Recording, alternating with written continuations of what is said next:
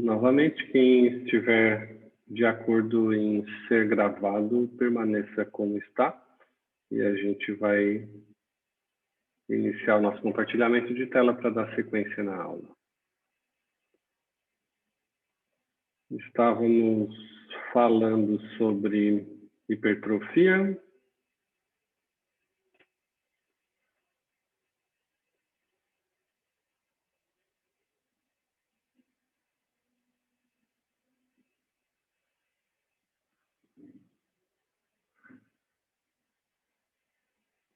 E quando falávamos de hipertrofia, nós estávamos nos referindo às alterações que são decorrentes do aumento quantitativo dos constituintes e das funções celulares. Então, é um aumento da capacidade celular de desenvolver as suas funções. É aumento também, hipertrofia, né? É um aumento do próprio número dessas células. O aumento do volume, o aumento volumétrico das células, né? Então, os requisitos para que a hipertrofia aconteça envolvem basicamente um maior fornecimento de oxigênio. Então, quando nós oxigenamos mais o nosso sangue, quando nós oxigenamos mais o tecido que está sendo irrigado, nós temos uma possibilidade de melhorar a condição clínica de reprodução daquela célula. E aí, claro, a célula retendo mais energia, porque todo o processo de replicação, de aumento volumétrico ou de atividade celular funcional, ela depende do consumo energético. A gente sabe que quanto mais oxigênio chega nas mitocôndrias, tanto maior é a produção de ATP que essa mitocôndria é capaz de produzir, desde que haja também uma nutrição celular adequada com o aumento da taxa de absorção de glicose. Então, glicose e oxigênio entraram na célula, encontraram uma mitocôndria, produz ATP, tendo energia na forma de ATP, a gente vai ter um aumento do volume da atividade celular. A gente precisa também, como requisito para o processo hipertrófico, organelas e sistemas celulares íntegros. Claro, eu preciso de mitocôndria, como eu falei para vocês, mas preciso de mitocôndrias funcionais. Essas mitocôndrias precisam estar aptas a produzir ATP, que vai ser usado no processo de multiplicação e diferenciação celular, ou mesmo na atividade celular que está sendo desenvolvida. E é preciso também que a gente tenha uma inervação preservada. O que é uma inervação preservada? É um aumento da capacidade da célula de receber os estímulos para o processo de diferenciação. Então, normalmente, quem leva esse estímulo, uma grande parte dos estímulos, é a própria inervação.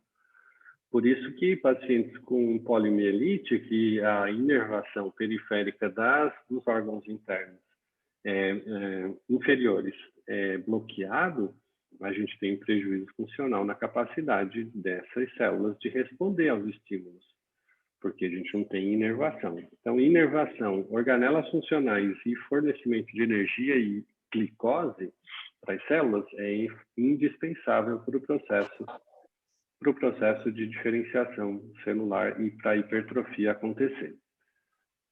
Fisiologicamente, a gente tem o exemplo da hipertrofia, que é o processo programado. A gente normalmente aumenta, a gente não, né? Só as meninas aumentam a musculatura uterina durante a gravidez. Então, reforça essa parede uterina exatamente para atender a necessidade do crescimento do feto, até que ele esteja pronto para o processo de nascimento. Então, fisiologicamente, a gente também consegue induzir uma hipertrofia através das modificações hormonais, como é o caso que acontece na gravidez.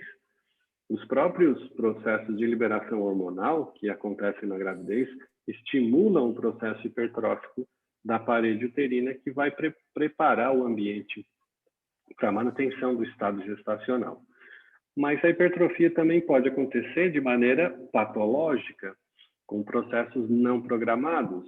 É o caso da hipertrofia da próstata. Há alguns mecanismos, sobretudo processos inflamatórios crônicos subclínicos, geram mediadores inflamatórios que cronicamente vão estimulando aí a próstata a um processo de aumento da permeabilidade para que a testosterona possa entrar dentro da próstata e ser convertida em dihidrotestosterona.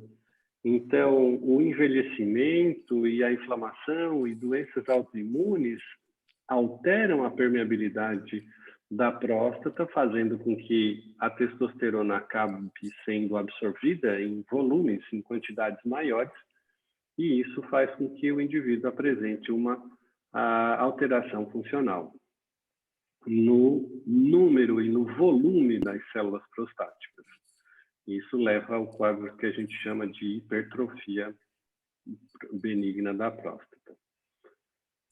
Hipertrofia, processos hipertróficos patológicos também podem acontecer quando a gente tem uma hipertrofia do miocárdio, por exemplo. Uma hipertrofia do miocárdio pode ser uma sobrecarga do coração ou um aumento da resistência vascular.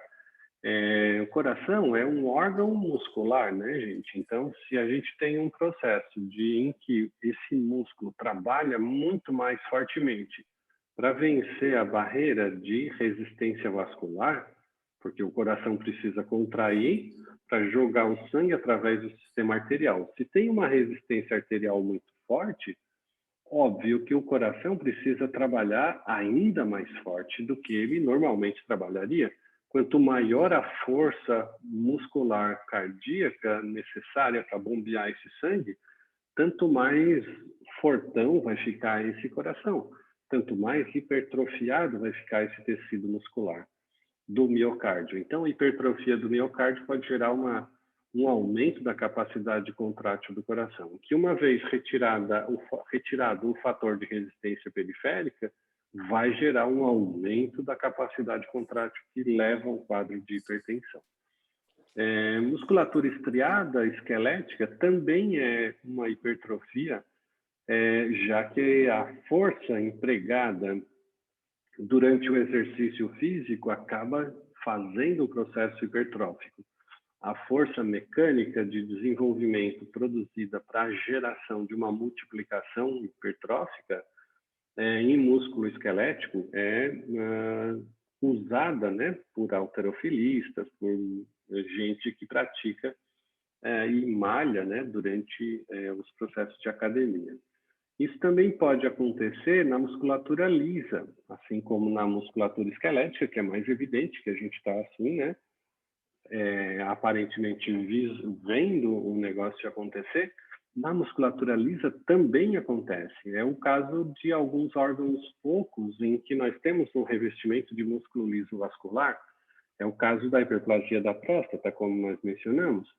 É o caso da obstrução urinária que gera hipertrofia vesical. Então, também é um outro caso em que a contingência do ambiente onde a célula está habitando faz com que ela hipertrofie e gere os sinais clínicos associados a esse quadro hipertrófico patológico. Para a gente entender aqui uma hipertrofia do miocárdio, aqui a gente tem um coração normal, e aqui, olha a diferença entre um coração normal e um coração hipertrofiado.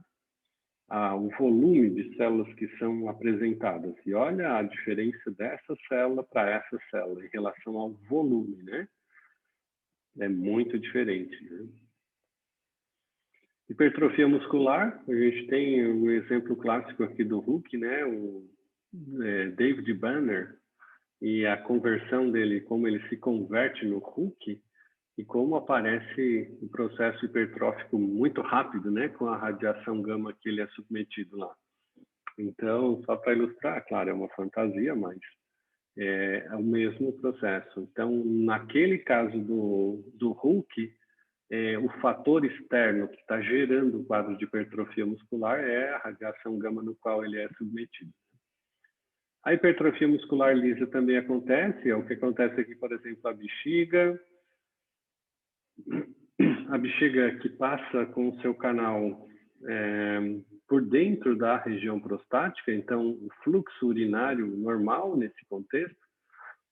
No caso da hiperplasia da próstata, a gente tem uma compressão mecânica do ureter, e isso reduz a capacidade de excreção urinária e, obviamente, essa bexiga vai ser submetida a uma pressão interna maior, o que faz com que ela também hipertrofie essa musculatura lisa, já que o estímulo para o processo miccional vai acabar acontecendo mais em função do próprio aumento da musculatura da bexiga.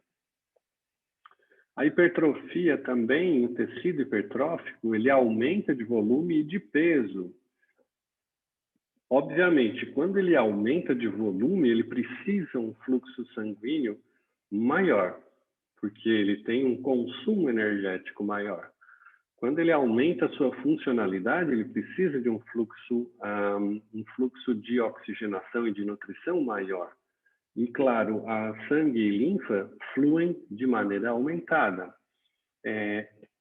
A arquitetura, no entanto, dessas células hipertrofiadas, ela fica preservada, então a gente mantém a estrutura do órgão íntegro. No entanto, quando a gente analisa as células que compõem esse órgão, elas estão com um aumento de volume, aumento de peso, um aumento do fluxo de sangue e linfa locais, exatamente para dar conta de todo o consumo energético adicional que está acontecendo dentro dessa célula hipertrofiada. Então, as células crescem até um determinado ponto, liberam estímulos e induzem a diferenciação celular, a partir das células tronco, então, em células hiperestimuladas.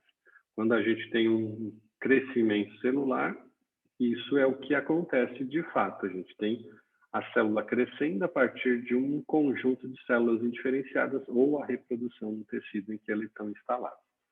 Então, a capacidade de hipertrofia é dependente basicamente do tipo celular, como nós vimos lá anteriormente. Tem células que são perenes, células que são lábeis, células que são permanentes. Então, dependendo do tipo celular, a gente tem um grau de hipertrofia específico para esse tipo celular. Alguns tecidos multiplicam material genético. Então, nesse contexto, a gente tem uma poliploidia, que são células em células perenes, e a multiplicação celular direta em células lábeis ou estáveis, dependendo do contexto em que elas se apresentam. Então, normalmente, trata-se de um processo, chamando hipertrofia, trata-se de um processo que é reversível, que termina se cessar o estímulo. Então, a mesma coisa. Se nós analisarmos a hiperplasia da próstata, ela vai continuar crescendo quanto maior for a produção de DHT, de dihidrotestosterona dentro das células prostáticas. No momento em que a gente inibe a enzima que converte testosterona em DHT, que são as enzimas 5-alfa-redutase, e em determinados tecidos a aromatase, quando a gente inibe a 5-alfa-redutase intraprostática, a gente diminui a produção de DHT e o estímulo para a proliferação e hiperplasia celular diminui. E aí a próstata volta ao seu tamanho normal. Voltando ao seu tamanho normal, desobstrui o canal urinário e faz com que a gente tenha uma reversão do quadro clínico associado a esse processo no paciente.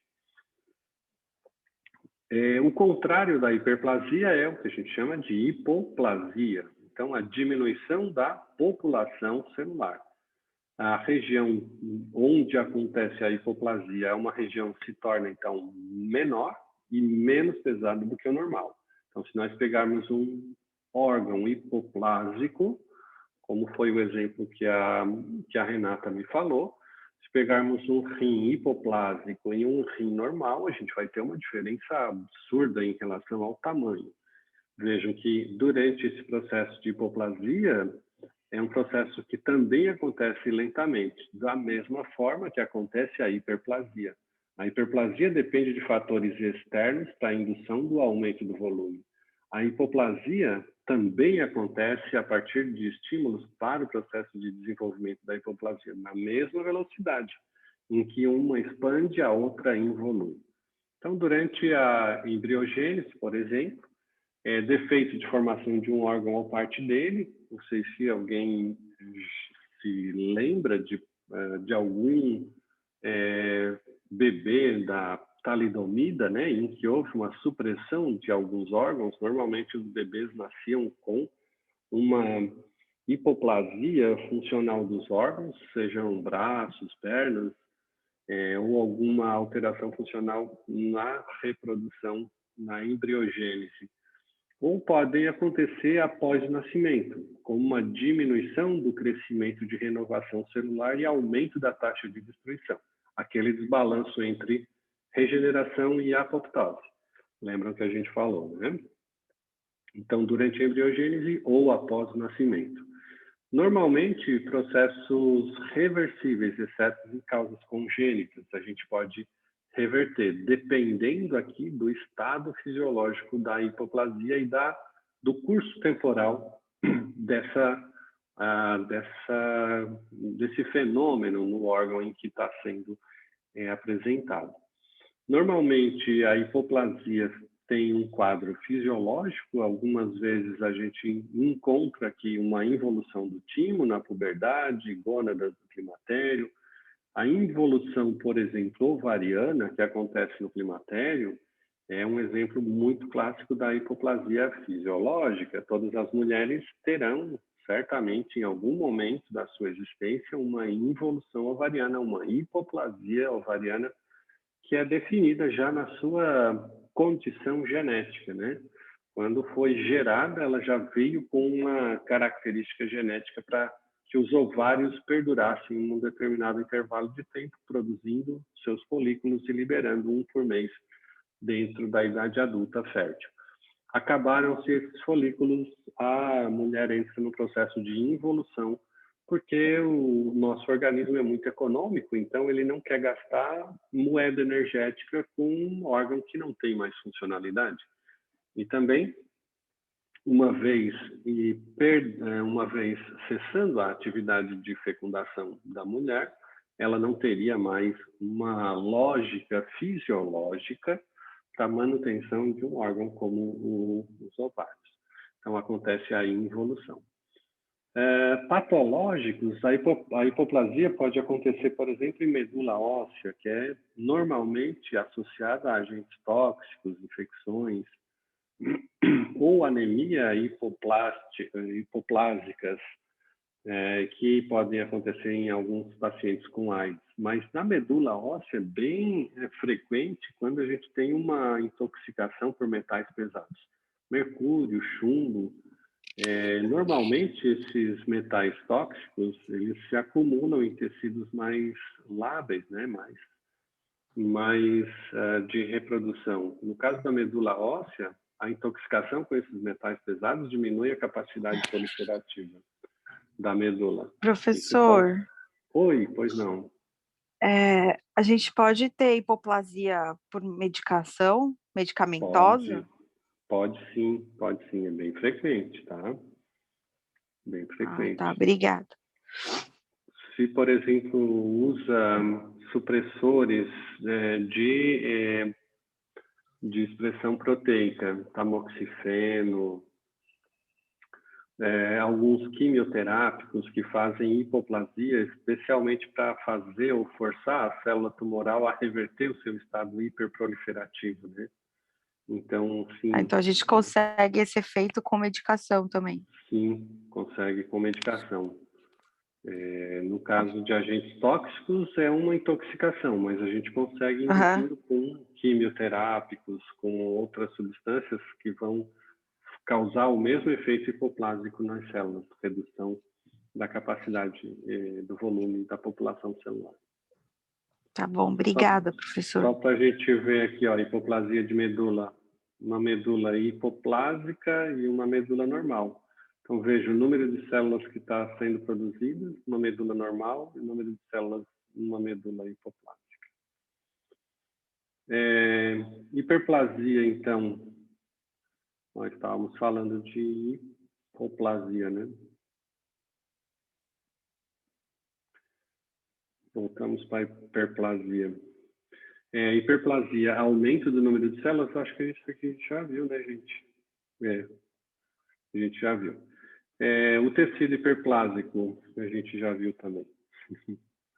A condição aqui da hiperplasia, essa aqui é uma informação nova, a hiperplasia fisiológica, ela pode ser uma hiperplasia compensatória, então ela vai compensar com uma adaptação fisiológica naquele tecido, e a gente pode ter ainda uma hiperplasia fisiológica secundária à estimulação hormonal. Então, isso pode acontecer também. Então, só voltando na hiperplasia, né?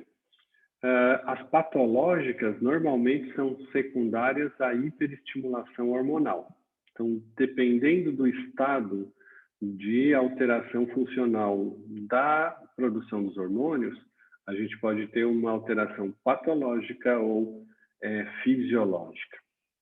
No caso, por exemplo, de um útero gravídico ou mama, há uma hiperplasia fisiológica, porque precisa aumentar o volume da mama para gerar um processo de nutrição para o bebê que vai nascer. Entretanto, quando a gente tem uma hiperestimulação hormonal, por exemplo, elevação de TSH, e isso pode ser gerado por um processo de hiperplasia tireoidiana, pode gerar um processo de hiperplasia tireoidiana pela superestimulação do TSH nos seus respectivos receptores, né? Também acontece em alguns casos de câncer de mama quando eles são estrogênio dependentes, que a gente faz a utilização de estrógenos, pode dar uma hiperplasia mamária ou uma hiperplasia endometrial. Então, dependendo das características funcionais, a gente tem patológicas ou fisiológicas. Hiperplasia fisiológica da mama, o nome já está dizendo, né? A gente tem que aumentar o número de células e a função de produção dessas glândulas mamárias, exatamente para garantir a lactação do bebê. E a hipertrofia versus hiperplasia. Tem uma diferença significativa entre os dois termos, e que a gente tem que deixar claro aqui. Hipertrofia, a gente está falando de aumento de volume, né? Quando a gente fala de hiperplasia, a gente está falando de número de células. Então, são coisas diferentes. A partir de um tecido normal, a gente pode ter uma hipertrofia. Hipertrofia e pode ter uma hiperplasia. Em alguns casos, as duas coisas podem acontecer, tá? A gente tem, por exemplo, no tecido adiposo, o tecido adiposo ele fica hipertrófico e, em algumas vezes, antes de ele hipertrofiar, ele entra no processo de hiperplasia. Então, quando a gente consome alimentos gordurosos ou quando a gente consome um número grande de carboidratos, de dieta rica em carboidratos, que não são totalmente consumidos, eles vão ser estocados dentro das células adipoides. O tecido adiposo ele vai absorvendo essas moléculas gordurosas. Normalmente, em alguns casos, quando a gente tem um processo inflamatório associado, prévio, no paciente obeso, a gente gera um aumento do número de células e hiperplasia de tecido adiposo, para tentar acomodar todo esse conjunto de células de volume de gorduras que estão sendo produzidas no organismo. Então, a gente estoca em um número maior de células. Entretanto, esse número maior pode não ser suficiente pelo volume de produção desses elementos gordurosos, desses triglicerídeos. Aí, o que faz? Hipertrofia o adipócito. Então, a hipertrofia dos adipócitos acaba gerando uma alteração nas populações de macrófagos residentes, o que leva a um processo de inflamação adicional gerada por esse processo hipertrófico. Tá? Já no contexto da metaplasia, é uma transformação de um tecido adulto, seja epitelial ou mesenquimal, em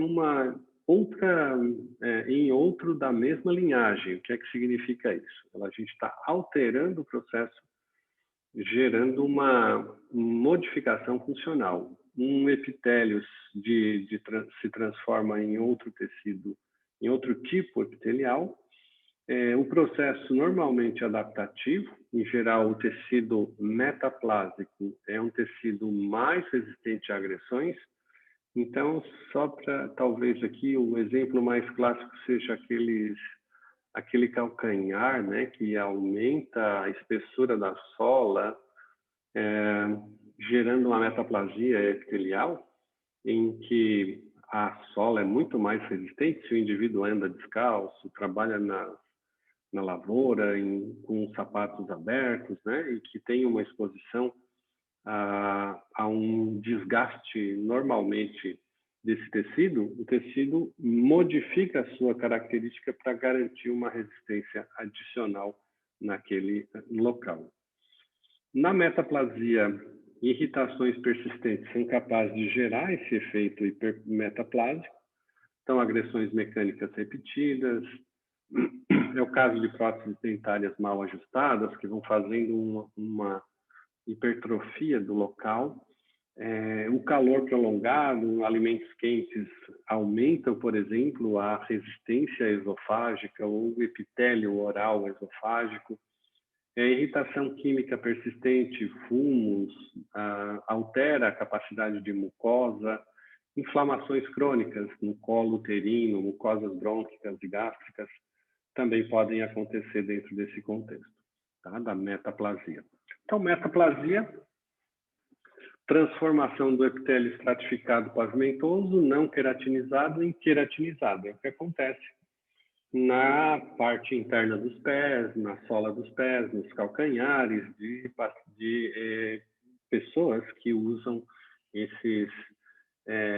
têm essas atividades externas, né, de contato com trações mecânicas, com asfalto, com calçada ou mesmo na lavoura. Então, são alguns exemplos: o epitélio pseudoestratificado ciliado em pavimentoso, transformação de um tecido cartilaginoso em tecido ósseo, a calcificação, aqueles bicos de papagaio, aquelas transformações de cartilagem em tecido calcificado, tecido ósseo, também é bem frequente. Então, só para a gente ilustrar aqui a metaplasia brônquica, óleo-tecido que é gerado a partir das células. E essa é uma alteração funcional que é frequente, tá? Especialmente em tabagistas. A perda da capacidade de resistência pulmonar está muito relacionado a essa modificação metaplásica. Tá joia? Era isso por hoje, então. A gente viu hipoplasia, hipertrofia, hipotrofia, hiperplasia e hipoplasia. E a gente viu ainda a metaplasia. Tá bom? São essas as alterações funcionais de crescimento e diferenciação celular que o nosso organismo apresenta, com as suas respectivas conceituações. Era isso, finalizamos a nossa aulinha de hoje. Deixamos aberto, então, aos questionamentos. Dúvidas?